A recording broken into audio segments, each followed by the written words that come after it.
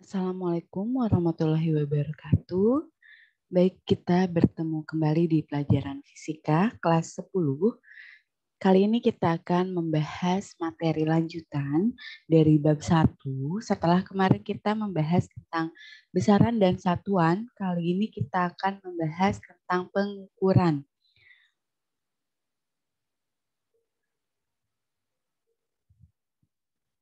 Oke, sebentar.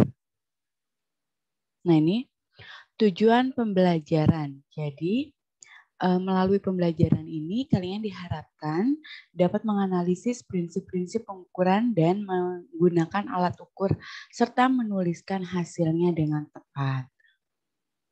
Oke, pengukuran adalah proses membandingkan suatu besaran yang diukur menggunakan besaran lain yang sudah ditentukan skala dan satuannya.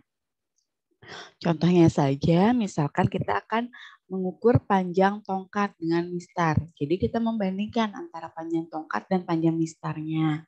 Nah, seperti itu. Pengukuran dapat dilakukan secara langsung maupun tidak langsung. Jadi kalau untuk yang langsung, misalkan seperti tadi kita panjang tongkat lah, kita mengukur panjang tongkat langsung saja mengukur panjang tongkatnya. Tetapi kalau misalkan kita mau menghitung pengukuran secara tidak langsung, juga bisa menggunakan perumusan. Artinya seperti ini, kita mau menentukan massa jenis benda nih. Nah, untuk menentukan massa jenis benda kita tidak bisa langsung melakukan pengukuran langsung. Tetapi harus melalui proses pengukuran besaran-besaran tertentu, kemudian digabungkan dan kemudian dimasukkan ke dalam perumusan. Jadi seperti itu. Nah, contohnya lagi untuk yang tidak langsung adalah mengukur jarak bumi ke bulan. Kita tidak mungkin menghitung langsung jarak dari bumi ke bulan karena terlalu jauh. Nah, ini dilakukan dengan cara pengukuran tidak langsung, yaitu dengan mengukur waktu perjalanan, selang waktu perjalanan, pulang, pergi, pulsa, radar. Nah, ataupun kita bisa mengukur temperatur matahari misalkan, kan kita tidak mungkin langsung pergi ke matahari untuk mengukur temperaturnya. Nah, jadi menggunakan pengukuran tidak langsung, yaitu mengukur panjang gelombang cahaya yang dipancarkan, kemudian dimasukkan ke dalam rumus-rumusnya dan seterusnya, seperti itu. Oke, di dalam fisika terdapat dua jenis pengukuran, yaitu pengukuran tunggal dan pengukuran berulang. Jadi kalau pengukuran tunggal ini hanya satu kali ukur, kemudian langsung dapat hasilnya. Tetapi kalau untuk berulang, ini berulang kali dilakukan pengukuran, yang kemudian hasil akhirnya merupakan nilai rata-rata dari hasil pengukuran tersebut. Contohnya, misalkan kita mau mengukur panjang pensil. Nah, panjang pensil tersebut kalau diukur secara tunggal, misalkan panjangnya adalah 15 cm. Nah, berarti kalau untuk pengukuran tunggal sekali mengukur ya udah 15 cm saja. Tetapi kalau misalkan untuk pengukuran berulang, misalkan kita pertama mengukur pensil tersebut panjangnya 15,1. Nah, kemudian kedua adalah 15,0. Ketiga 15,2. Nah, untuk menentukan hasil pengukurannya adalah dengan cara menggunakan nilai rata-ratanya, yaitu dijumlahkan hasil pengukuran, kemudian dibagi dengan jumlah berapa kali pengukuran tersebut. Gitu. Nah, kegunaannya adalah kalau misalkan untuk pengukuran berulang, ini adalah supaya lebih memperoleh hasil yang akurat gitu loh. Jadi kalau kita berkali-kali melakukan pengukuran secara berulang, maka itu hasilnya akan akurat gitu ya. Nah, jadi sebenarnya sangat disarankan ya melakukan pengukuran berulang karena untuk meminimalisir kesalahan dalam menentukan hasil pengukuran. Oke, langkah-langkah sebelum melakukan pengukuran, yang pertama menentukan objek pengukuran. Jadi apa yang akan kalian ukur di situ. Yang kedua, menentukan besarannya. Jadi setelah kalian menentukan, oh misalnya kita akan mengukur pensil. Nah, saat kita mengukur pensil, kita tentukan besarannya apa. Oh, pensil itu yang diukur adalah panjangnya. Berarti kita menggunakan besaran panjang. Nah, setelah itu baru kita bisa menentukan alat ukur apa yang tepat untuk mengukur pensil misalkan. Karena dia besarannya panjang, berarti kita menggunakan alat ukur panjang. Kemudian memastikan penggunaan satuan SI. Misalkan pensil tadi satuan SI-nya adalah meter. Jadi kita harus menggunakan dalam meter. Nah, kemudian melakukan pengukuran dengan melihat tegak lurus. Artinya kita benar-benar melihat fokus kepada alat ukur tersebut.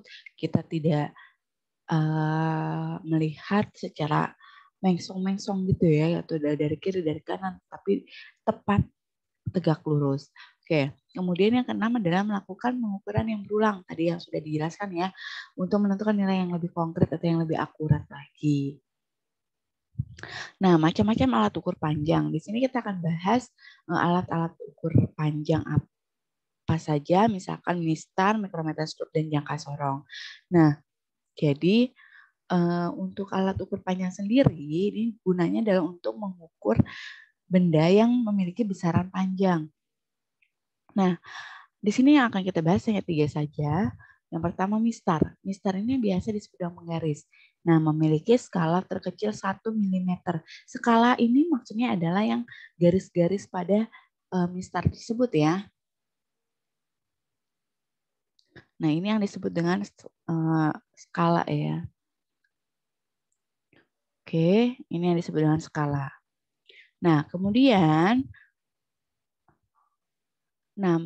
mistar ini memiliki ketelitian 0,5 mm atau 0,505 cm. Nah, ini adalah untuk mistarnya ya. Jangan lupa nilai ketelitiannya adalah 0,5 mm atau 0,05 cm. Nah, kemudian ketelitian. Ketelitian itu apa sih?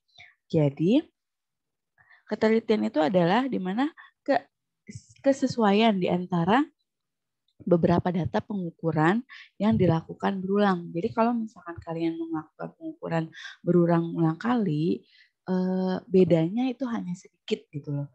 Jadi kalau untuk mistar ini ketelitiannya hanya 0,5 mm atau 0,05 cm.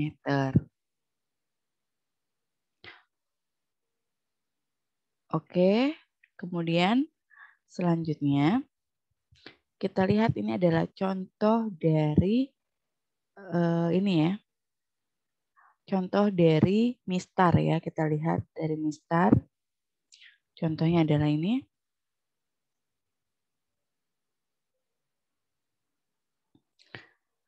Sering kali ya kalian suka melihat mistar atau menggunakannya ya, tentunya hampir setiap hari bahkan ya.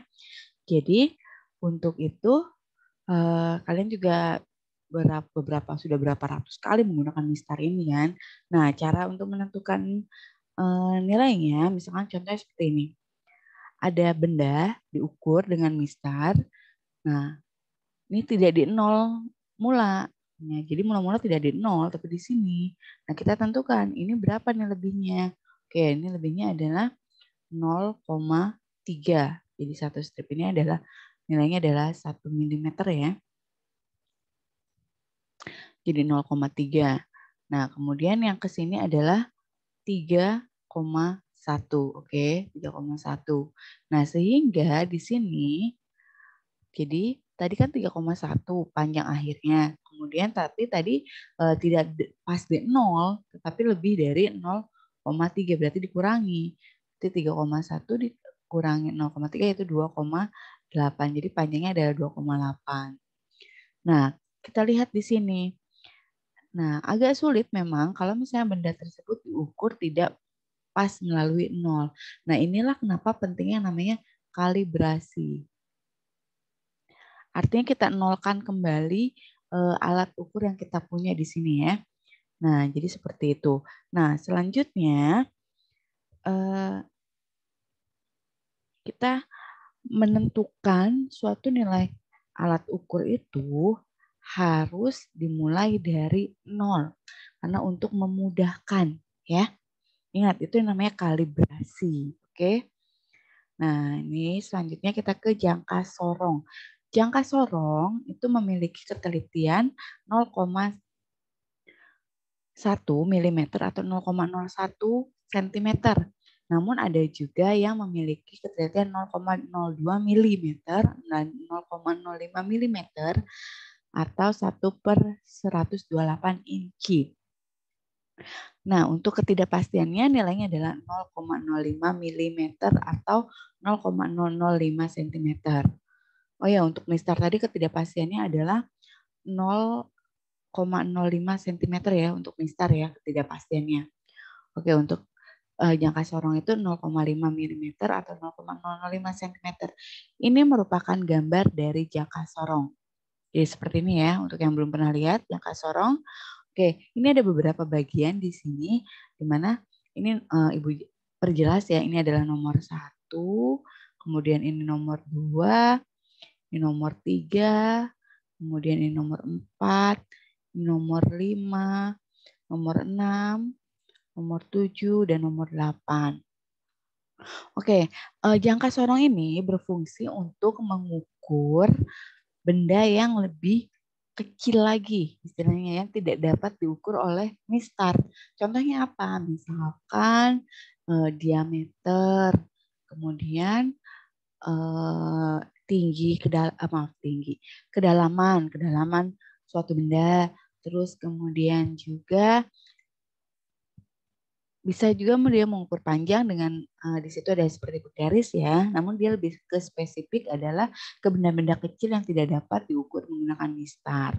Nah, di sini ada beberapa bagian. Nomor 1, nah ini ya, nomor 1 ini adalah untuk mengukur diameter bagian luar. Nah, misalkan seperti ini. Di sini ini cincin, misalkan bentuk cincin. Nah, untuk yang nomor 1 ini kita gunakan untuk mengukur luarnya sini. Nah, seperti ini. Oke, ini luarnya. Bisa ini jangka sorongnya ya.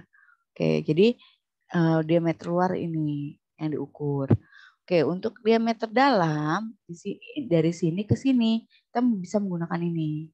Nomor 2. Oke, dan untuk nomor 3, ya nomor 3 ini yang disebut dengan pemeriksa kedalaman. Jadi tadi nomor 1 ini adalah rahang ya, rahang dalam dan rahang luar. Oke, nomor 1 ini rahang luar, nomor 2 rahang dalam, nomor 3 ini adalah pemeriksa kedalaman. Oke, jadi ini bisa dimajukan ya, ini bisa digeser ya. Nanti ada video lanjutan untuk penggunaan jangka sorong dan mikrometroskop. Silakan nanti diperhatikan lagi. Oke, ini nomor 4 yaitu skala utama. Skala utama, oke. Satuannya ini pakai satuan sentimeter. Nah, kemudian nomor 5 ini skala utama juga, tapi inci, dalam inci. Oke. Dalam inci. Oke, kemudian selanjutnya, yang nomor 7, ini yang disebut dengan, nomor 7, nomor 6. Nomor 6 skala nonius ya. Nomor 6 dulu. Skala nonius dalam sentimeter. Nomor 7 juga skala nonius, tapi dalam inci. Oke. Nomor 8 ini adalah alat penahan untuk menahan geseran. Oke. Nah, ini lebih jelasnya ya untuk alat-alatnya. Oke, selanjutnya, nah kita langsung ke contoh soal saja. Di sini kita lihat ada yang namanya skala utama dan skala nonius. Bagaimana cara untuk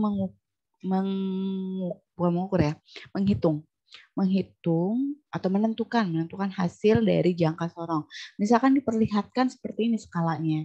Oke, menentukannya adalah kita lihat dari skala utama dulu atau kita tulis SU. SU di sini kita lihat yang bagian atas. Yang bagian atas kita lihat skalanya. Skalanya yang ditentukan dari ini. Kita lihat, perhatikan. Di sini ada garis 0 yang bawah di sini. Ini adalah patokannya. Ini kita jadikan patokan. Oke, patokan. Berarti kita melihat strip-strip yang ada di sini. 1, 2, 3, 4. Nah, dari sini. Nah, nilainya ini berapa per skalanya? Kita lihat, ini kan 0. Ini 1. Oh, berarti 0, ada 1, 2, 3. Strip 3 berarti ini bernilai adalah 0,3. Berarti SU-nya adalah 0,3. Seperti itu. Kalian harus hati-hati memperhatikan skala yang di sininya ya. Ingat, ini 0, ini 1. Oh, berarti yang di tengah-tengah ini adalah komanya ya. Berarti kayak seperti 0,1, 0,2, 0,3 seperti itu. Oke. Selanjutnya SN. SN skala nonius. Skala nonius cari yang rapat. rapat antara skala utama dan skala ini skalanya. Nah, yang lurus seperti ini antara atas dan bawah ini adalah yang garis ini. Ini berapa skalanya? 1, 2, 3. Oh, berarti 3. Nah, karena ketelitiannya ini untuk jangka sorong yang ini emalah 0,01, maka tinggal dikali 3 kali 0,01. Berarti hasilnya adalah 0,03. Nah, tinggal kita jumlahkan SU ditambah SN. Berarti tadi 0,3 ditambah 0,03. Maka hasilnya adalah 0,33 sentimeter. Karena kita menggunakan ketelitian 0,01 sentimeter. Nah, selanjutnya kalau mau menghitung hasil dari hasil pengukuran, penulisannya adalah seperti ini. X sama dengan 0,033 plus minus 0,005 cm. Di mana ini merupakan ketidakpastiannya. Pastian jangka sorong. Oke, dalam sentimeter ya satuan ini ya, sentimeter. Oke, selanjutnya nomor 2. Nah, kita perhatikan. Ini dia ketelitian pakai 0,02 mm. Nah, jangan lupa nih 0,02 mm. Kita tentukan SU-nya. SU-nya, oh kita lihat patokannya 0 di sini. Kita lihat ini 10. Oh berarti satu skala ini 1 ya. Berarti 0, 1, 2, 3, 4, 5, 6, 7, 8, 9. Oh berarti 9. SU-nya adalah 9. Oke, cari yang lurus. Yang lurus ini sudah ada di tunjuk tanda panah. Nah, satu strip ini bernilai 1 ya. Ingat 1 ya. Ingat untuk 0,02 bernilai 1. Berarti 1, 2, 1. Walaupun di sininya ini 1 ya. Walaupun ini 1, 2 ini nggak ngaruh. Jadi satu strip ini 1. 1, 2, 3, 4, 5, 6, 7, 8, 9, 10, 11, 12, 13. Berarti SN-nya adalah 13. Karena ini ketelitian 0,02 berarti dikalikan 0,02. Hasilnya adalah 0,26 milimeter. Ingat ya satuannya ya. Nah, berarti SU ditambah SN. Berarti 9 ditambah 0,26. Hasilnya adalah 9,26 milimeter. Penulisannya adalah X sama dengan 9,26 plus minus 0,05 ya milimeter. Karena dalam milimeter jadi ketidakpastiannya 0,05. Oke, selanjutnya kita pakai yang ketelitian 0,05. Oke, SU-nya berapa? Kita lihat ini patokannya ya 0 ya. Oh berarti ini ya. 0, 1, 2, 3, 4, 5, 6, 7, 8, 9. Oh berarti 9. SN-nya nyari yang lurus ini. Nah satu skala ini ada 1 nilainya. Berarti 1, 2, 3. Oh 3. Nah karena ini skala, ketelitian 0,05 berarti dikali 0,05. 3 dikali 0,05. Saya adalah 0,15. Nah, selanjutnya tinggal dijumlahkan lagi. SU ditambah SN sama dengan 9 ditambah 0,05, maaf, 0,15 ya. 0,15. Maka hasilnya adalah 9,15 milimeter. Dengan penulisannya adalah 9,15 plus minus 0,05 milimeter. Nah, oke itu penjelasan dari untuk jangka sorong. Kemudian selanjutnya mikrometer skrup. Mikrometer skrup ini digunakan untuk mengukur benda yang lebih kecil lagi yang tidak bisa diukur oleh mistan maupun jangka sorong. Nah, dia memiliki ketelitian yang lebih baik yaitu 0,01 mm atau 0,001 cm. Biasanya digunakan untuk mengukur ketebalan ya. Oke, ketidakpastian ada 0,005 mm atau 0,0005 cm. Nah, kita lihat di sini, ini gambar mikrometer skrup, ada bagian-bagiannya. Kita lihat, di mana biasanya bendanya ditaruhnya di sini. Nah, kemudian ini pemutarnya, ini penguncinya. Oke, ini nomor 1, Nomor satu ini adalah rangka. Oke, rangka atau bingkai. Nomor 2 ini adalah poros tetap. Poros tetap artinya dia yang tetap, yang ini yang maju nanti. Nomor 3. Nah, yang nomor 3 ini disebutnya poros gerak. Jadi saat benda berada di sini, ini yang bergerak ke sini mendekati. Oke, yang nomor 4 ini cincin pengunci. Yang nomor 5 ini roda penghenti. Jadi supaya tidak berputar lagi. Kemudian yang nomor 6 ini adalah skala nonius. Ini skala noniusnya ya, ini nih. Oke, ini adalah skala utamanya, SU. Oke. Nah, ini dia bagian-bagiannya. Oke, selanjutnya kita ke contoh soal. Kita lihat ini. Oke, ingat sama seperti yang keseruan tadi, SU ditambah SN. Nah, kita tentukan SU-nya dulu. SU-nya. Oke, SU. Nah, kita lihat di sini. SU adalah yang ini ya. SU kita lihat yang ini. Oke, ini adalah SU-nya. Oke.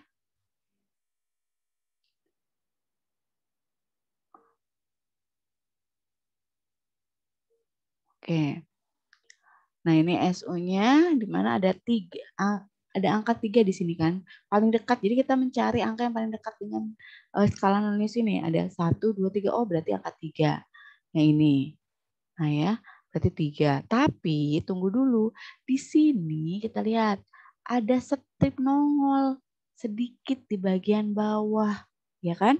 Nah, kalau ada strip yang nongol seperti ini kita harus tambahkan ke skala noniusnya. Ke skala utamanya harus ditambah 0,5. Kalau ada yang nongol strip yang bawahnya ini di sini. Nah, berarti ini hasilnya adalah 3,5. Skala utamanya adalah 3,5. Skala nonius cari yang lurus. Yang lurus dengan skala utama, yang ini. Nah, ini kan. Nah, berarti 10, 11, 12.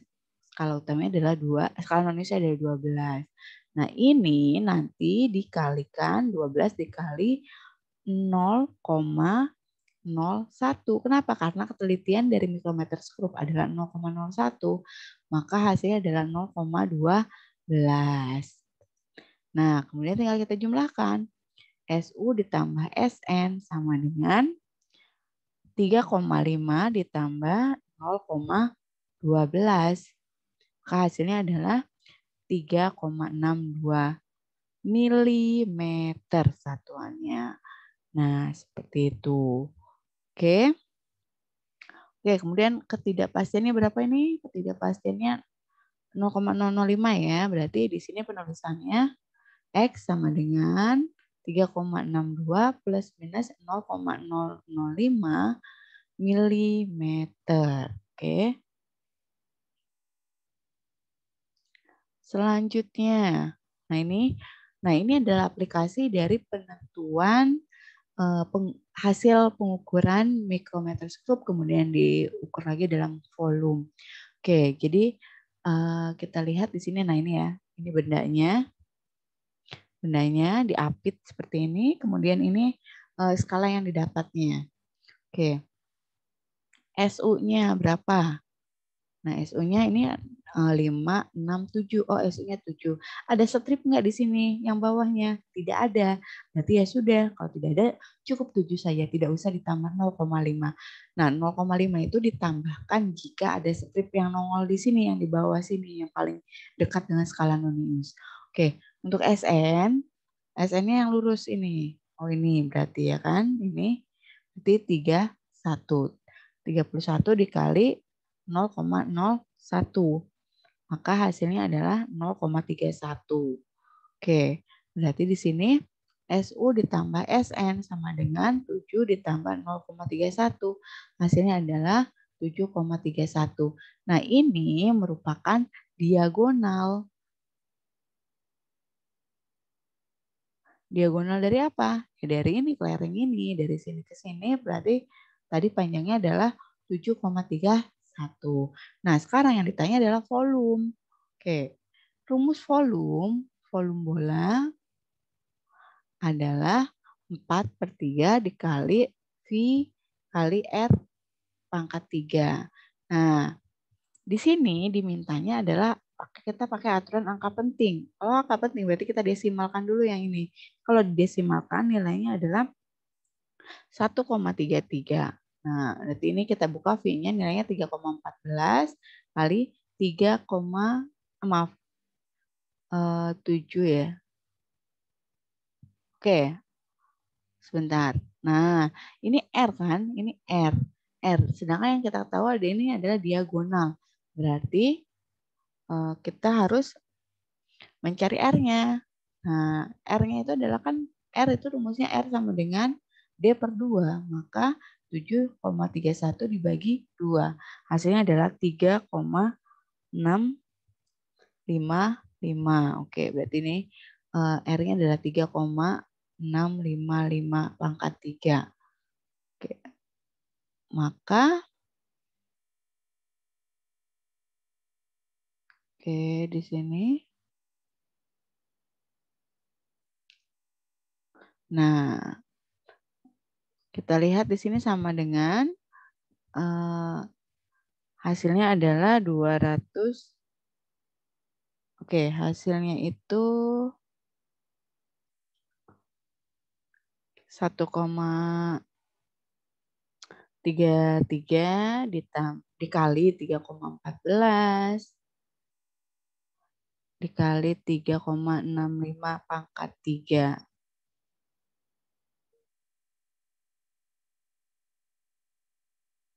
Oke, jadi ini sebentar. 1,33 dikali 3,14 dikali 48,827234. Wow, banyak sekali ya. Oke. Dikali 3,14 dikali 1,33. Maka hasilnya adalah nih 203,912305. Nah, ini hasilnya. Nah, milimeter kubik. Tapi di sini kita pakai aturan angka penting. Nah, untuk perkalian ingat, perkalian aturan angka pentingnya adalah mengikuti yang paling rendah angka pentingnya. Oke, kita lihat dari angka ini. Ini ada berapa angka penting? Oke, sebentar. Nah, kita ganti.